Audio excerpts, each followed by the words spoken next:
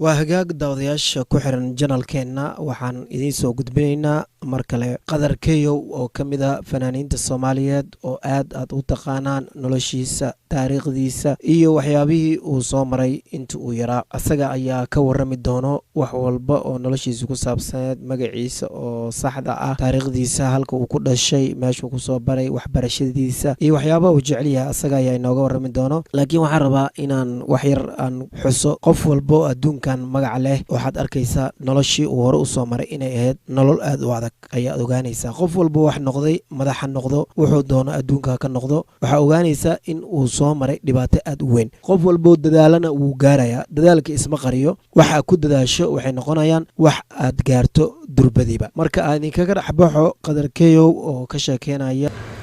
xaqiiqdii haddii mugdi la dhaho qof walba dhalinyaradu waa ogtahay inta badan way ka gambadaan runta ma sheegaan qaarkood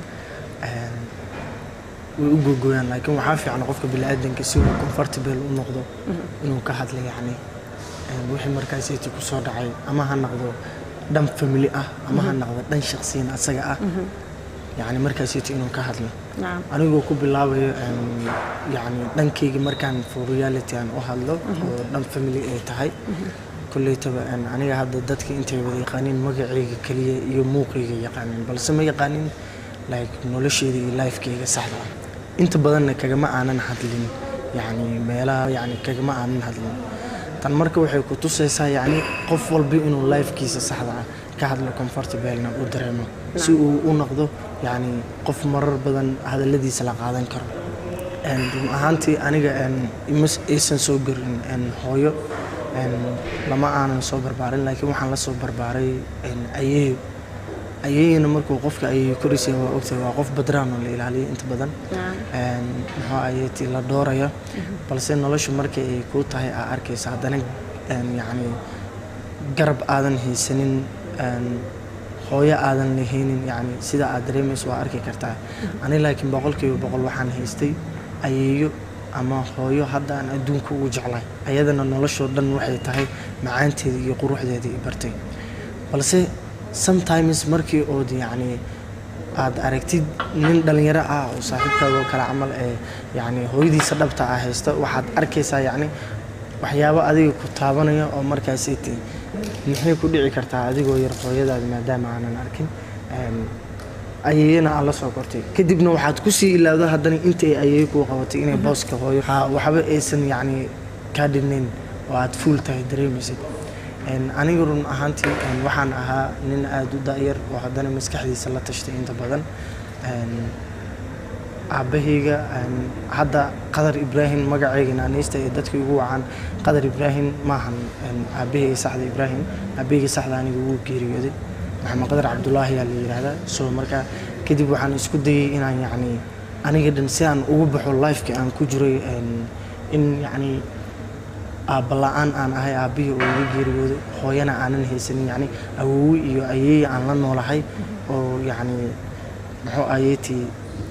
markii somehow aad dareemo yacni inay saaxiibadeeda ama dhallinyaradoo kale waalidiintooda ay u nool yihiin oo saxda ay haystaan ama garab walaalnimo ay haystaan madiyaana ahay qofna ilama aanan dhalin aniga walaalkimiyaa balse waxaan ku soo barbaaray eedayaal aad u macaan adeeryaal aad u macaan hooyo aad u macaan ayeeye awowo aad u macaan oo awowo ah yacni naxariista ay siiyeen iyo jaceylka ay siiyeen maanta aan inta kusoo koobi karin balse tan waxaan hadda u sheegay waxay tahay documentarka saxda ah inaan duubeyna hadda yacni oo dhalinyarada ah u gudbinayo somehow in yacni maskaxdaada aad tusisid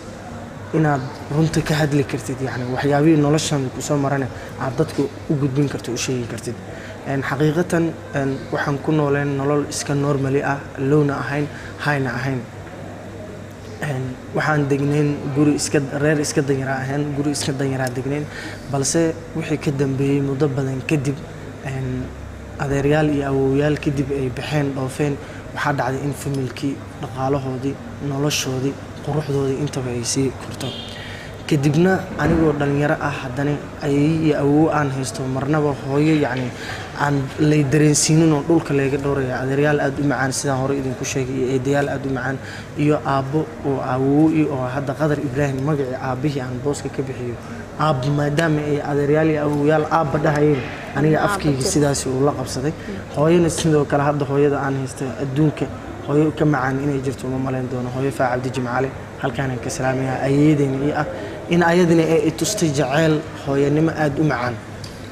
marka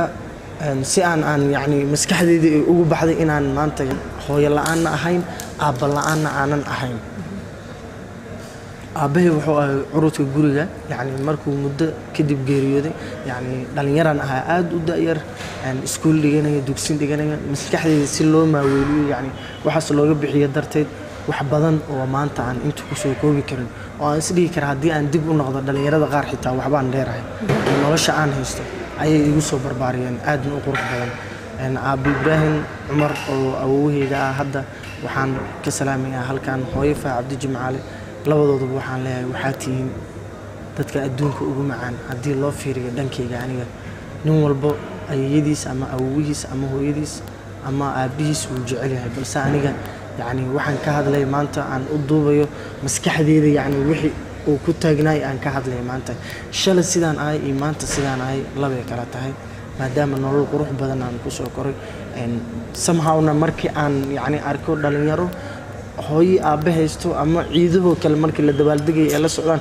guilty waan dareemi jiray balse waxaan ugu bixi jiray dib u xasuusan jiray idii badnaa ee laysoo siiyey maxaa kaa maqnaay aad tabi kartaa maanta nothing waxaan tabi kara ma jirin waxaan seriouska ugu hadlayna waxay tahay programkan dhanaca ah program maskaxda wixii ku jiro iyo sida aan ugu baxday kadib markii aan yani soo koray xoogaa soo barbaaray reerkiina dakhli fiican oo soo galay yani nolosha hore ay ku jireen ay kasii ballaadhay tay ku jiraan maanta qurux badan tahay oo anigana yani aan isku dayay in aan wax yani aan ku soo kordhin karo bulshada ama magacayga aan u sarreysii karo oo heerkan aan ku soo gaaro maanta dadaalkeeda waxaan hadda dib ugu laabanayna waxay tahay mar walba waa inaad reebtaa yani xaqiiqadaada dhabta waxaan yani sameyn jiray inaan yani horta markaan arko yani anigu sidaan hore idinku sheegay madi aan ay yani arko walaal kale la socda ee haysta farxad siinaya aniguna garabkayga walaal ila dhashay iyo hooyayga aabbo uusan u joogin waalidiintana ay geeriyoodeen aan la noolahay waalidiin kasii macaan badan maanta adduunyada ii jooga allah ii dhaafo balse waxaan giltiga aan dareemi jiro maanta usoo gudbinayo waxay tahay yani xanuun inay boos iga bannaan yahay marka aan isku dayay inaan kaga baxana waxaan kaga bixi jiray si easy ah markaan ama ilmeeyo ama is uqdadeeyo ama yani maskaxdeeda ay gasho haddii maanta sidaas ay heli lahayd ama adduunkan ay ku joogi lahayd iyo maanta sida aa haysatid maxay ku kala duwan yihiin farqiga waxbana waayo waxay ku kala duwan yihiin ma jiraan waalidiin aad u macaan oo ilaahay siiyey oo booski ii joogay oo yani exactly sidii oo kale ii taaganaan ku dhaha iyo eedooyin iyo adeeryaal oo maskaxdeedaba ka bixinaya inaan yani guilty dareemo balse in yar markaan aniga maskaxdeeda fikiro waxaan gelin jiray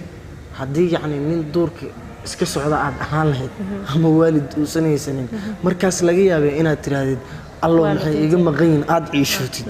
balse waxaadan ku ciishoonin maanta waxay tahay ama aadan dareemaynin in yani still jacaylkii beri aad jacaylkii shalay aad rabtay maanta in aad haysatid berina in aan anigu sii sameeyo family nololna sameeyo maasha allah ilaahayna family qurux badan wuu isiiyey magacna maanta iyo iguma yaro sidaan isleeyahay yani bulshada dhexdooda waxyaabaha marka dhabtaa inay dhalinyarada ka hadlaan waxba ha iscelinin wax beenana weligaaga ha sheegin sababtoo ah noloshan aa arkaysid waa yani sida qof doqon ah noloshan aa arkaysid waa sidii qof doqon ah oo maantoo dhan qofka doqonka markaad yani mar walba inaad ka awood badan tahay uu dareemo halkii mar uu asaga kaa awood badnaado ama dhulkaas uu kula dhaco uu kaa awood badnaanaya nolosha sideeda badan waa doqon balse dulqaad ayay u baahan tahay ma garata noloshu waa doqon waxay u baahan tahay dulqaad waxaana aad ugu mahad celinayaa dhammaan kaameramanka sidoo kale adiga dhammaan bulshada ku xiran tiimkan tv-ga ama channelka iyo meel walba ay joogaan shacabkana aad baan u salaamayaa waxaan tan ugu hadlayana ma ahan wax hadda i haysta ama aan ku jiro waan soo dhaafay wallaahi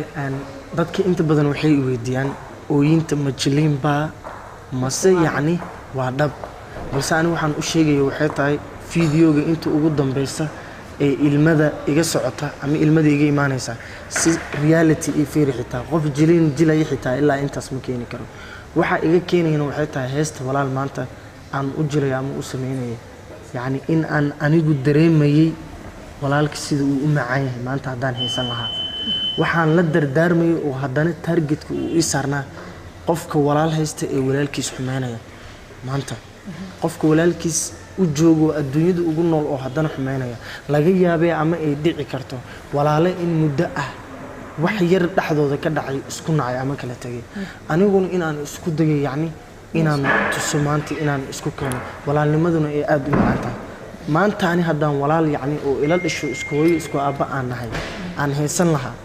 yacni sida aan hadda dareemay si kasii badanaan dareemaya markaan dhabta ka hadlo. laakiin adigoo haysatid ka waran haddii yacni aad dhaqaaleysan weyso ka faa'iideysan weyso marka ani taas waxaan hadlayay bulshada waxaan u gudbiyay fariin yacni oo ah xaggayga ka socota ama bulshada qaybaheeda kala mid ah ay ka haysato dhibaatadaas oo kale ay haysato. marka waxaan la dardaarmayay dhalinyarada walaalaha haysto haddaa walaalkaaga xitaa yacni muddo aad kala maqneeyeen waxaan ku dhihi lahaa u tag ifkaa walaal lagu yahay beri markuu kaa dhinta adaa guilt dareemaya ama xumaan ama yacni xanuun dareemaya balse markuu maanta kula joogana aad dhehaysid adoo hooyadaa dhashay xitaa aad ogtahay war iga dhaafkaas dhala waayo meelaha aad ku caynaysa ama wax walba aad dhehaysid. sidoo kalena waxaan ka hadla wax siinta haddana aan leeyahay walaalkaaga yacni waxaad adiga maanta haysatid yacni beri waad ka tegaysaa aakhiro qabrigaa ka gelaysaa balse haddaad ugu faa'iidaysid asagana waad weyn kartaa berisi oo asaga waxa kuugu qabto ma garatay. marka yacni adduunyada sideeda badan waa way iska yartahay waa labada gelin harkeeda. anna waxaan dhihi lahaa noloshu mar walba aan idin leeyahay noloshu waa cadow cadowguna hadduu mar dareemo inuu kaa awood badan yahay yacni wuu kugu durdurinayaa marka noloshu waa doqon ha loo dulqaato. waa mahadsantihiin dhammaantiin.